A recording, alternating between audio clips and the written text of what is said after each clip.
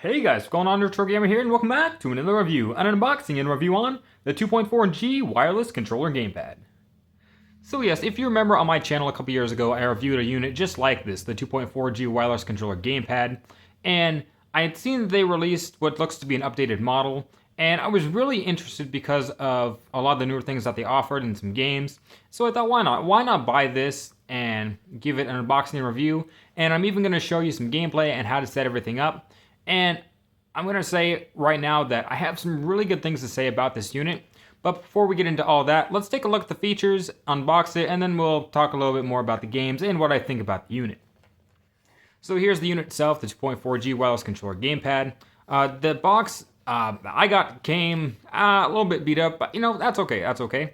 So it just shows the box, the interface. This is the actual unit itself that holds the games. It has two controllers, and this is an HDMI output unit. There's not a whole lot to say with the box itself. It just shows the game stick, and it's going to give you a couple other information things, but nothing too crazy. If we get into the box itself, we're going to see that it has a couple different things. So first, you're going to see that it has two PlayStation style like wireless controllers. So we'll put these out of the plastic, and I'll show you how they look. They actually don't feel bad. I mean, they're really light, but they don't feel too bad. So these do run off of two AAA batteries. If I can take the back off here, they're really hard to take off the back, but they take two AAA batteries, and that's how they achieve the wireless. So there isn't any rechargeable pack with these. It just takes two AAA batteries. I'm not sure how long they last in terms of hours, but they should last you, I'm sure, more than a couple hours. If we look more into the box itself, this is the game stick that you'll find that holds all the games. If you take this cover off, this shows that where the HDMI is, so you can plug into your TV. Down here, you're going to have where you plug in the USB hub for the wireless controllers, and then this is where you plug in the power. We'll get to that in just a minute. Also, what you're going to find in the box is this. So this is very important too, because a lot of TVs aren't going to be able to plug in this stick because it's just not going to fit right. So they give you this little HDMI adapter so that you can plug this into your TV and then this into the game stick. So if I just pull this tab off here and show you, it just plugs right into the game stick, and then you can plug this into the TV. This is a really, really helpful device. I'm really glad that they include this as well. Otherwise, most TVs wouldn't be able to plug into this game stick right here.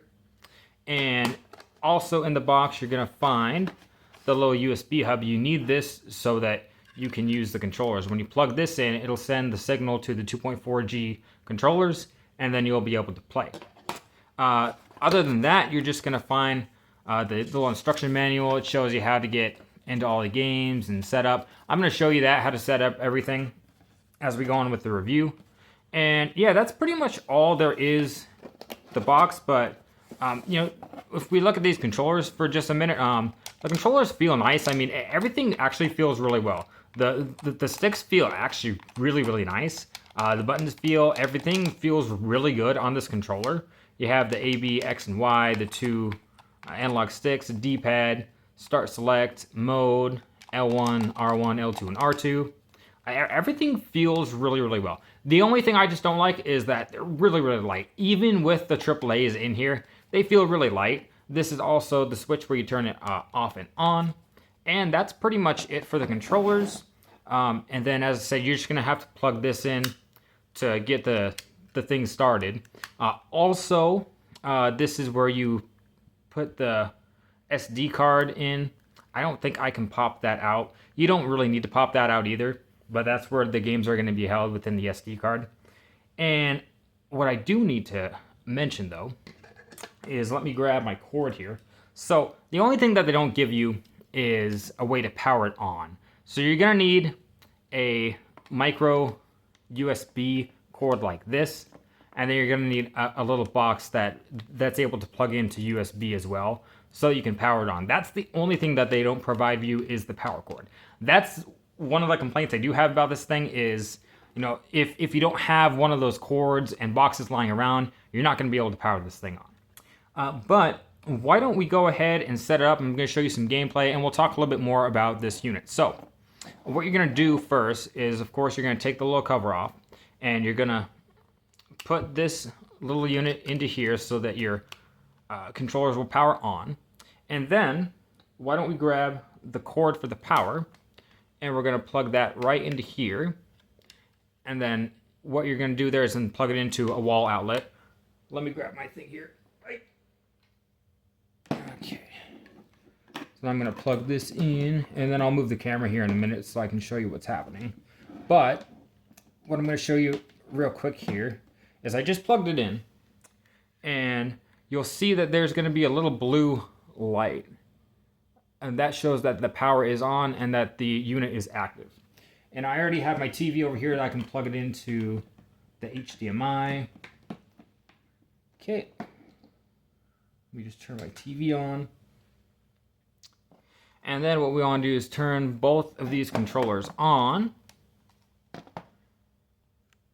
And if we move the camera over here, we can see that the unit is active. And then if I use the controllers, it all moves that. I'm going to show it just again here on camera, but I already have my unit plugged in, but I can unplug it here, and I'll unplug the power as well. And so all you're going to do is just plug the power in. You're going to plug that little dongle that they gave you into the unit. That puts output to the TV, and it boots right up. It's super easy. You shouldn't have any trouble if you turn it on like that. It'll say loading, and then you'll get into the games. And honestly, it's really not a bad unit. Now, the only thing that really keeps from being good is, for me, is the PlayStation 1 games. See, the problem with the PlayStation 1 games on this unit is it just can't handle it.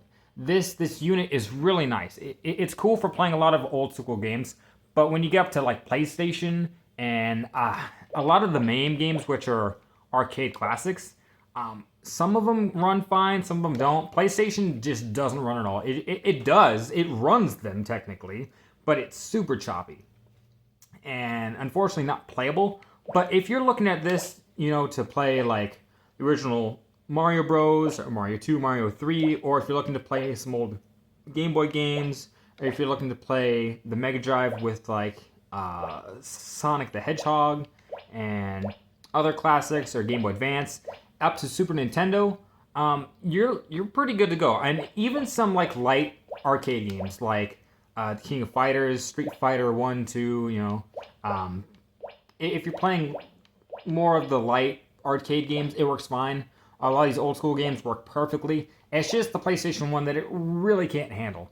And that's the thing that I really wanted out of this unit. The thing I was really hoping for the most was to play PlayStation 1 games. And unfortunately, it just doesn't run well. If we just boot into a game here, though, I'm just going to run you a quick overview of how everything works in general. This is an arcade game from the Neo Geo, the King of Fighters, and I'll just show you how to turn it on, because a lot of times it'll ask for coins and stuff, and if you press the square button here, select, it'll turn it on, and then you can press start and get right into the game. And if you want to back out, press this button here in the middle, and then that'll take you to that home screen. And then you can scroll down and, you know, you can do a save state, restart, or you can just quit, and then that'll take you back to the main menu. And that's going to be for all the games. The games that don't require coins, you know, you're not going to hit that, you're not going to hit this button, you're just going to hit start for, you know, the games on the Game Boy or Super Nintendo or the NES, but that's how the whole game controls and everything. And honestly, you know, as I said, this unit really isn't bad. Like, I think it's actually a pretty decent unit. The problem is, as I said, I really wanted it for PlayStation 1. And unfortunately, it just doesn't run PlayStation 1 all that well. However, if you are looking to pick this up on like Amazon or Temu or some other website, and it's listed for a cheapest price or a good price, I don't see any reason why you shouldn't buy it. As long as you're only wanting, to play the old school games, some arcade games, but like not the PlayStation, because that's just not going to work. But if you're looking to play a lot of the games that it offers, I don't see it being a bad option. It's actually really good. Like, it offers a lot of really good games, especially for the Game Boy, the NES and stuff. It's a really cool option, especially playing your Game Boy Advance games and Game Boy Color games on like a TV screen. That's pretty cool. That kind of in itself like makes it really, really cool. Like, this device for like $60 is what I bought it for. It's really not bad. I mean, it's just it can't handle everything.